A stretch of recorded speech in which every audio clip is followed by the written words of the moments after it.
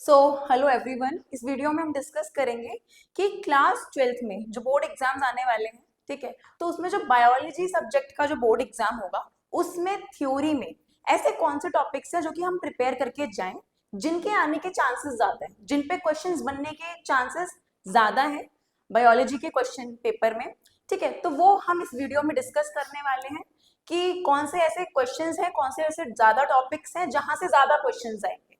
ठीक है, तो पूरे वीडियो में ऐसे कुछ पर्टिकुलर टॉपिक्स हैं जो कि हम डिस्कस करेंगे, ठीक है, जहां से ज्यादा क्वेश्चंस बनते हैं।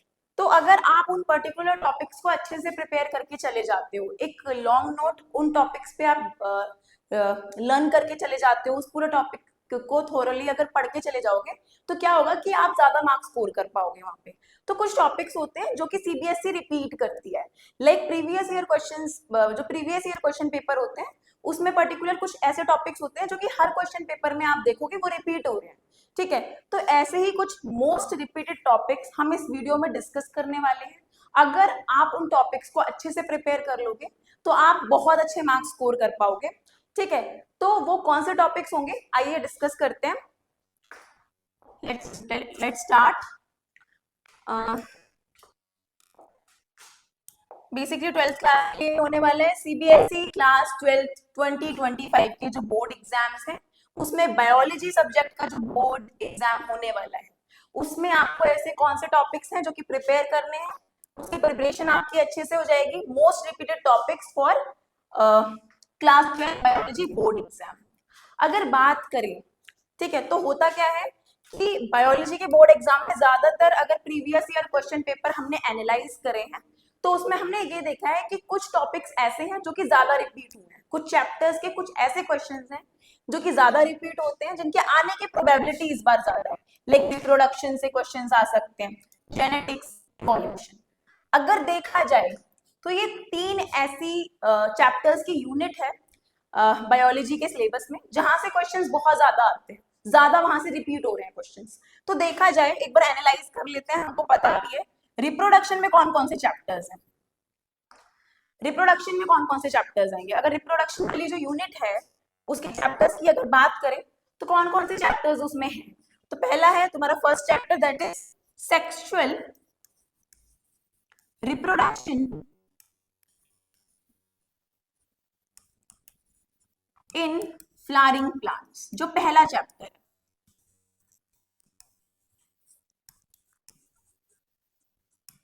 देन जो दूसरा चैप्टर है that is your human reproduction, है ना।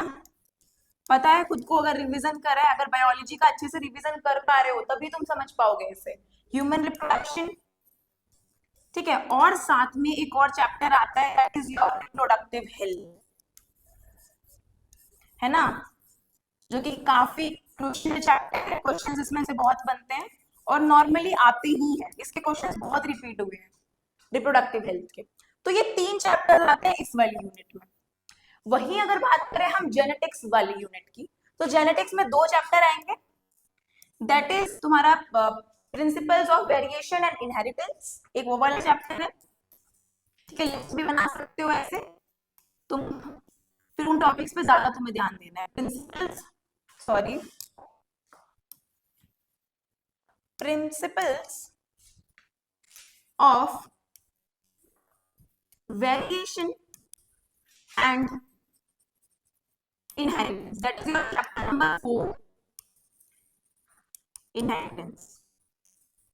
नेक्स्ट दूसरा चैप्टर जो कि जेनेटिक्स के अंडर आता है that is your molecular basis,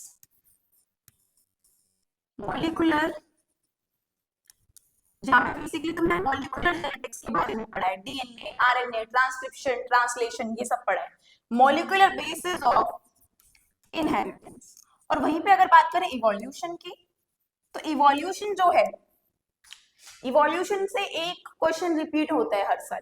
ठीक है, तो वही ये बता रहा है कि इवोल्यूशन में तो एक ही चैप्टर है, that is chapter number 6।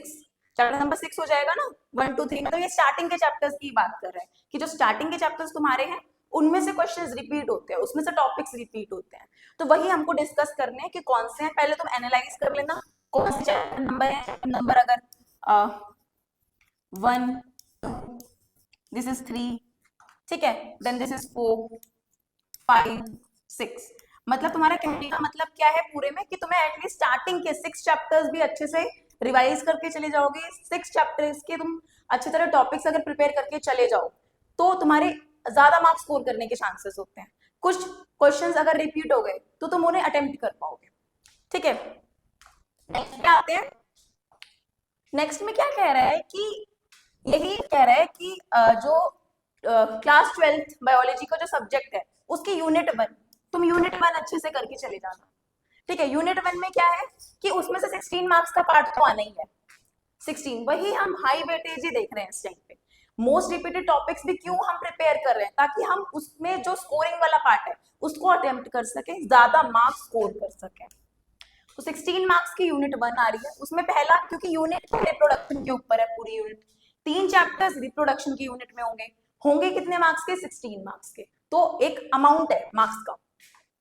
This unit delves into the biological processes of reproduction in both plants and humans. दोनों का है ना, sexual reproduction in flowering plants, साथ में human reproduction, दोनों रहेगा। Along with concepts related to reproductive health. Reproductive health वाला chapter भी पूरा दे रखा है, ऐसा ही नहीं है कि सिर्फ प्रोसेसेस बता दी उन्होंने, मैकेनिज्म्स बता दिए, ये भी बता दिया कि अगर ह्यूमंस है तो उनमें एसटीडीज को हम कैसे अवॉइड कर सकते हैं, कैसे प्रिवेंट कर सकते हैं।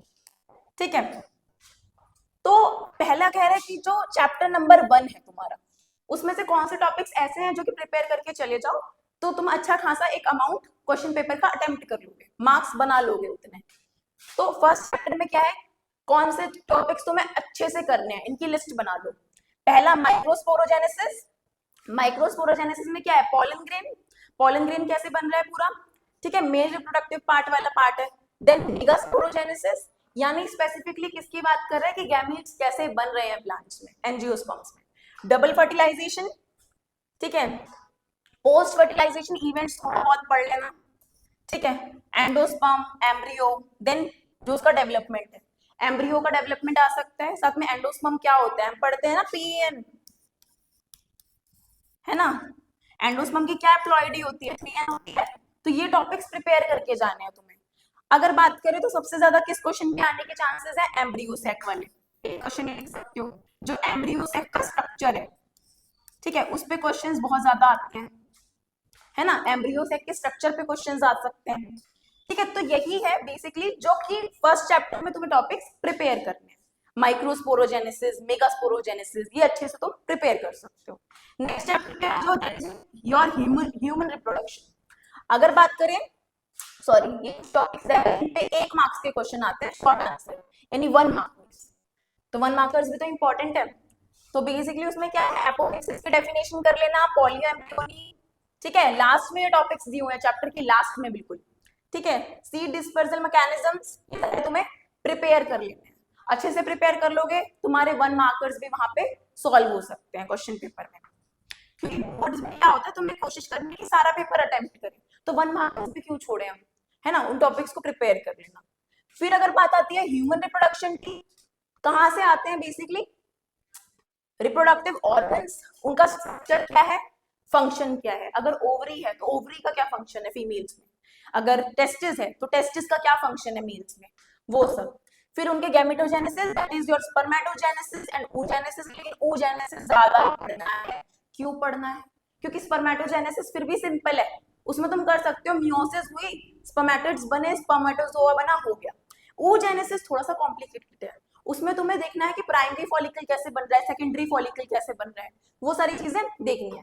फिर मेंस्ट्रुअल साइकिल, मेंस्ट्रुअल साइकिल पे 5 मार्क्स का क्वेश्चन आता ही आता है, जस्ट मार्क इट। ठीक है, देन हार्मोनल रेगुलेशन। अगर बात करें कि हार्मोनल रेगुलेशन कैसा हो रहा है मेंस्ट्रुअल साइकिल का, ये क्वेश्चन तो तुम लिख लो, ये तो जरूर आएगा। जो मेंस्ट्रुअल साइकिल का बेसिकली क्या होता है, यहाँ पे उसका जो हार्मोनल रेगुलेशन हो रहा है, साथ में उसका स्ट्रक्चर। ठीक है, तो ये इंपॉर्टेंट है। नेक्स्ट आते हैं analytical and assertion reasoning questions आ सकते हैं इस पे। ठीक है, तो बेसिकली होगा क्या कि तुम्हें मेंस्ट्रुअल साइकिल का एक क्वेश्चन अगर पता होगा ना, तो तुम उस चीज को अटेम्प्ट कर पाओगे।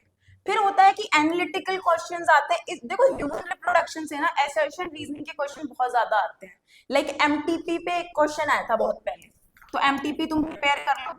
ठीक है, असर्शन रीजनिंग के क्वेश्चंस तभी हो पाते हैं जब तुमने एनसीईआरटी अच्छे से पढ़ी होती है, बुक में से ही वो लाइन उठा के दे देते हैं, फिर उसका असर्शन रीजनिंग में वो ऑप्शंस दे देते हैं तुम्हें क्वेश्चन में। अगर तुमने एनसीईआरटी अच्छे से नहीं पढ़ी, ये है कि असर्शन रीजनिंग क्वेश्चंस में तुम्हें एनसीईआरटी अच्छे से पढ़नी है ताकि वो टैकल हो पाएंगे। In the case of biology, physics chemistry का देख सकते हो अपने हिसाब से, लेकिन बायोलॉजी में मैं श्योर हूँ कि अगर तुमने एनसीईआरटी अच्छे से पढ़ी है तो तुमको असर्शन रीजनिंग के क्वेश्चन में कोई दिक्कत नहीं होगी।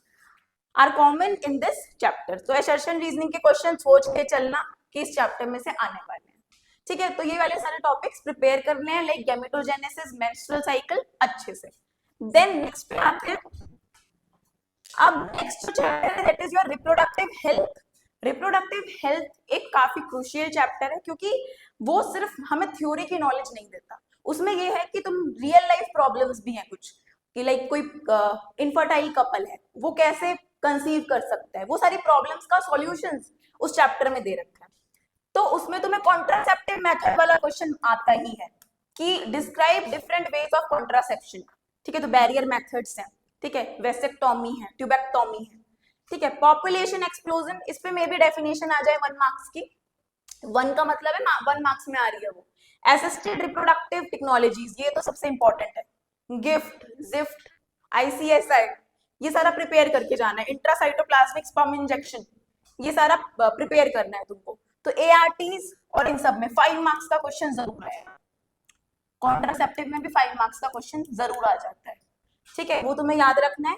Are typically represented as case based analysis, case based questions आ सकते हैं, ठीक है। केस जो वैल्यू बेस्ड क्वेश्चंस आते हैं ना कि एआरटीज है, कोई इनफर्टाइल कपल है, कोई भी पर्टिकुलर कपल है जो कंसीव नहीं कर पा रहा, ठीक है, तो उस पे केस बेस्ड स्टडी आपको दे देंगे, फिर क्वेश्चन में पूछ लेंगे कि आप इसमें सॉल्यूशन बताओ, अपने हिसाब से कुछ वेज बताओ, तो आप उसमें एआरटीज के बारे में लिख सकते हो, ठीक है। तो ये 3 टॉपिक्स इस चैप्टर में से प्रिपेयर करने हैं। तो इस प्रकार क्या होगा कि आपकी रिप्रोडक्शन वाली यूनिट कंप्लीट हो जाती है। अब दूसरी जो यूनिट है, अब रिप्रोडक्शन वाली यूनिट अगर तुमने अच्छे से कर ली तो तुम्हारे 16 मार्क्स पक्के हैं, 16 मार्क्स तो आने ही है पेपर में। नेक्स्ट जो यूनिट है जो कि बहुत ज्यादा रिपीट होती है, दैट इज जेनेटिक्स। जेनेटिक्स और रिप्रोडक्शन में से तो क्वेश्चन आने ही है 12th की बोर्ड एग्जाम में, ठीक है। तो यूनिट 2 है ये हमारी, और इसमें बेसिकली क्या है कि इवोल्यूशन वाला चैप्टर और जेनेटिक्स, यानी 2 चैप्टर यहाँ के और ये पूरा एक चैप्टर, ये पर्टिकुलरली मिलके कितने मार्क्स का कॉन्स्टिट्यूट करते हैं 20। तो अगर ये सारे टॉपिक्स तुम अच्छे से प्रिपेयर कर लेते हो तो तुम्हारे 36 मार्क्स तो बन ही जाते हैं, बाकी तुम और ऐड कर लो और पढ़ के, है ना। तो एक अच्छा स्कोर तुम वहां पे स्कोर कर सकते हो बोर्ड एग्जाम में। अब हो क्या रहा है, क्योंकि 20 मार्क्स का तो ज्यादा इसका वेटेज है। This unit focuses on principles of inheritance, यही चैप्टर्स हैं। Molecular biology, that is molecular genetics, not biology, it's molecular genetics, क्योंकि तुम देख रहे हो कि जीन ट्रांसफर कैसे हो रहा है वहां पे, डीएनए है तो डीएनए का सेगमेंट जो है वो जीन है, ठीक है, उसमें जीन लोकेशन कैसे हो रही है, अलील क्या होता है, ठीक है, DNA RNA basically transcription translation वो कैसे हो रहा है। इवोल्यूशनरी थ्योरीज पढ़ा है ना सारा हमने कि बिग बैंग थ्योरी थी, फिर ह्यूमन रिप्रोडक्शन उसमें पढ़ा, होमोलोगस एनालोगस ऑर्गन्स, ये सारा प्रिपेयर करना है वहां पे। तो देखो क्या क्या ऐसे टॉपिक्स हैं जो कि प्रिपेयर कर रहे हैं। पहला चैप्टर है chapter number 4, that is chapter number 4, और इस चैप्टर में क्या होगा, जेनेटिक्स पे क्वेश्चंस आते हैं, कौन से, बेसिकली मेंडेलियन इनहेरिटेंस पे, डायहाइब्रिड एंड मोनोहाइब्रिड क्रॉस, वो प्रिपेयर करना है। क्रॉस बनाना तो तुम सीख ही लेना, ये इस पे क्वेश्चन सबसे ज्यादा आता है, पनेट स्क्वायर वाला जो टॉपिक है, ठीक है। सेक्स डिटर्मिनेशन बहुत आएगा, ठीक है, कि बर्ड्स में कैसा है, ह्यूमंस में कैसा है, ग्रास हॉपर, इंसेक्ट्स, इनमें कैसा है, एंड डायहाइब्रिड क्रॉसेस। क्रॉस अगर नहीं बनाना आता पहले प्रिपेयर कर लो उनको, ठीक है, ऐसा मत करना कि एग्जाम में क्रॉस ही गलत बना के आ जाओ। उसमें अगर क्रॉस वाले क्वेश्चन में तुम्हें ऑप्शन अगर मिल जाए तो वो बहुत अच्छी एक अपॉर्चुनिटी है तुम्हारे लिए, दूसरा क्वेश्चन अटेम्प्ट कर दो, लेकिन क्रॉस अगर गलत बनाओगे तो पूरे मार्क्स कट हो जाते हैं, इसलिए क्रॉस बनाना पहले से सीख लेना। कैटेगरी एनालिसिस इंपॉर्टेंट टॉपिक है, जल्दी समझ में नहीं आता लेकिन एग्जाम में चांसेस है 4-3 मार्क्स का आ जाए। Is a frequently tested area, इसमें पूछते हैं कि ऑटोसोमल रिसेसिव है, ऑटोसोमल डोमिनेंट है, कैसा है।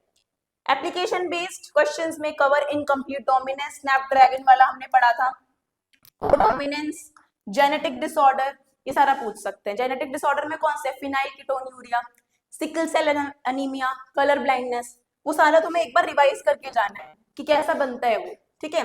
उसका अगर क्रॉस है तो वो कैसा बनेगा, तुम्हें केस दे देंगे, इसमें बताओ कि जो पर्टिकुलर प्रोजेनी है उसको कलर ब्लाइंडनेस होगा कि नहीं होगा, ठीक है। तो ये सारी चीजें पर्टिकुलर टॉपिक्स पूरे चैप्टर नंबर 4 में तुम्हें प्रिपेयर कर लेनी है। नेक्स्ट पे आते हैं, दैट इज मॉलिकुलर बायोलॉजी वाला जो पार्ट है, मॉलिकुलर बेसिस ऑफ इनहेरिटेंस, जहां तुम डीएनए, आरएनए, ठीक है, tRNA, transcription, translation, regulation of gene, ठीक है, लैकोपिरॉन, ये सब पढ़ते हो। तो कौन से टॉपिक्स तुम्हें करने हैं वहां पे, बेसिकली लॉन्ग आंसर टाइप पे डीएनए रेप्लिकेशन, डीएनए रेप्लिकेशन कैसे हो रहा है, साथ में ट्रांसक्रिप्शन, ट्रांसक्रिप्शन में क्या हो रहा है, डीएनए से आरएनए बन रहा है, तो वो कैसे बन रहा है, क्यों जरूरत है ट्रांसक्रिप्शन करने की, वो भी पूरा पढ़ना है तुम्हें। ट्रांसलेशन अच्छे से प्रिपेयर कर लेना, जेनेटिक कोड, इन सब जेनेटिक कोड के फीचर्स आते हैं एग्जाम में, ठीक है, वो याद रखना है। म्यूटेशंस वाला पार्ट, म्यूटेशन पॉइंट म्यूटेशन पे क्वेश्चन आ जाएगा, वो ध्यान रखना है। Question might also involve identifying codon sequence, codon का सीक्वेंस पूछ सकते हैं तुमसे, उस पे एमसीक्यू आ सकता है, ये तो इंपॉर्टेंट है सबसे ज्यादा, ठीक है, एमसीक्यूज आते हैं इस पे। ट्रांसलेशनल यूनिट्स, अनट्रांसलेटेड यूटीआरस, ये वेरी वेरी इंपॉर्टेंट है, यूटीआरस की फुल फॉर्म पूछ सकते हैं, क्या होता है, डीएनए फिंगरप्रिंटिंग का जो बेसिस है वो तुमसे पूछ सकता है। डीएनए फिंगरप्रिंटिंग भी एक ऐड कर लो, मे बी उसमें से क्वेश्चंस आ जाए, ठीक है। डीएनए फिंगरप्रिंटिंग एक बार रिवाइज मार लेना, क्योंकि इस पे क्वेश्चंस आते हैं काफी, ठीक है। तो ये चैप्टर्स इंपॉर्टेंट है, ये टॉपिक सारे इस चैप्टर में तुम प्रिपेयर कर सकते हो, हाई मार्क्स स्कोरिंग टॉपिक्स हैं ये। देन लास्ट आता है, दैट इज योर इवोल्यूशन। अगर बात करें इवोल्यूशन की, तो इवोल्यूशन में क्या है, थ्योरीज है कुछ लाइफ से रिलेटेड, कि लाइफ, ओरिजिन ऑफ लाइफ को लेके कुछ थ्योरीज दे रखी है वहां पे, वो तुम्हें देखनी है। Numerical problems based on the Hardy Weinberg principle, Hardy Weinberg principle को इतना कॉम्प्लिकेट करते हैं, कोई कॉम्प्लिकेशन नहीं होती उसमें, P square plus Q square 2pq करके वो वाली इक्वेशन से सॉल्व हो जाता है, ठीक है, 1:1 का ये रेशियो रहेगा, है ना, तो वो उस पर न्यूमेरिकल्स आ जाते हैं। Students should also prepare for questions on adaptive radiation, adaptive radiation में जो भी मार्सुपियल्स वगैरह जो भी तुम्हें टॉपिक्स लगता है उसके एग्जांपल्स तुम्हें लर्न करने हैं, सिर्फ डेफिनेशन करके मत कर देना, क्योंकि मे बी एग्जाम में क्वेश्चन आ जाए give one example of adaptive radiation, तो उसके हिसाब से तुम्हें प्रिपरेशन करनी है। Comparing theories of evolution, evolution की सारी थ्योरीज तुम्हें पता होनी चाहिए जो भी थी, बेसिकली जो मिलर एक्सपेरिमेंट था वो अच्छे से प्रिपेयर कर लेना, उस पे क्वेश्चन आ जाता है, पूरा डायग्राम दे देते हैं वो मिलर एक्सपेरिमेंट का, फिर पूछ लेते हैं कौन कौन से केमिकल्स वहां पे हमने यूज करे, ऑर्गेनिक ओरिजिन हुआ वो ठीक है, लेकिन इनऑर्गेनिक कौन से केमिकल्स हमने पूरा मिलर एक्सपेरिमेंट में यूज किया, सबका रेशियो क्या था, ठीक है, तो वो इंपॉर्टेंट है। And understanding evolutionary concepts through contrasting ideas, जो भी कंट्रास्टिंग आइडियाज तुम्हें लगता है वो सब, मतलब बेसिकली ह्यूमन इवोल्यूशन की बात कर रहे हैं, ह्यूमन इवोल्यूशन में पढ़ा है ना, होमो हैबिलिस, होमो इरेक्टस, ठीक है, तो ह्यूमन इवोल्यूशन में पार्ट भी इंपॉर्टेंट है, ये भी वेरी वेरी इंपॉर्टेंट है, इसको भी एक बार प्रिपेयर कर लेना, कुछ ना करो तो एटलीस्ट रीडिंग मान लेना, स्टोरी की तरह पढ़ो। इवोल्यूशन में मैं यही बोलती हूँ कि इवोल्यूशन वाले चैप्टर को एक बायोलॉजी के टॉपिक से ज्यादा तुम एक स्टोरी की तरह पढ़ोगे तो ज्यादा समझ आता है, ठीक है। नेक्स्ट पे आते हैं कि बेसिकली अब खत्म हो गया, कि हो क्या रहा है कि जितने भी टॉपिक्स हैं, लाइक पहले रिप्रोडक्शन वाली यूनिट अगर तुम प्रिपेयर कर लोगे 16 मार्क्स तुमने वहां स्कोर कर लिए, फिर अगर तुमने यूनिट नंबर 2 अच्छे से प्रिपेयर कर ली, जेनेटिक्स के 3 चैप्टर्स जो भी हैं उन्हें अच्छे से प्रिपेयर कर लिया, तो तुम्हारे 20 मार्क्स वहां पे अच्छे स्कोर हो जाएंगे, तो ये अच्छा अमाउंट है अच्छे मार्क्स का, ठीक है। अब और क्या कर सकते हो तुम कि और अच्छे मार्क्स आ जाए और स्कोर कर सको, तो बेसिकली अच्छे मार्क्स तुम्हें चाहिए तो की कॉन्सेप्ट्स अच्छे तरह से समझो, प्रैक्टिस करो न्यूमेरिकल्स की, एप्लीकेशन बेस्ड क्वेश्चंस जो कि बताया कि असर्शन रीजनिंग तुम कर सकते हो, बायोलॉजी के टॉपिक सिर्फ पढ़ के मत रख दो, कोई सैंपल पेपर किसी की भी हो, शिवदास ओसवाल जो भी, उसको एक बार प्रिपेयर करना चालू कर दो, प्रैक्टिस अटेम्प्ट करो उसके क्वेश्चंस, तभी कॉन्फिडेंस बूस्ट होगा। By systematically reviewing these topics and referring to sample papers, refer कर सकते हो सैंपल पेपर्स को, वही कह रहे हैं कि सैंपल पेपर्स करना चालू कर दो, students can confidently aim for top marks, अच्छे मार्क्स आएंगे फिर किसमें, बोर्ड एग्जाम्स में, ठीक है। तो ये कुछ पर्टिकुलर टिप्स हैं, कुछ पर्टिकुलर रिपीटेड टॉपिक्स हैं जो इस वीडियो में मैंने आपको बताए, जिन्हें आप अच्छे से प्रिपेयर करोगे तो आप एक अच्छा स्कोर मेंटेन कर पाओगे ड्यूरिंग बोर्ड एग्जाम्स। चाहे वो बायोलॉजी का सब्जेक्ट में अच्छे मार्क्स आ सकते हैं, देन ओके, थैंक यू।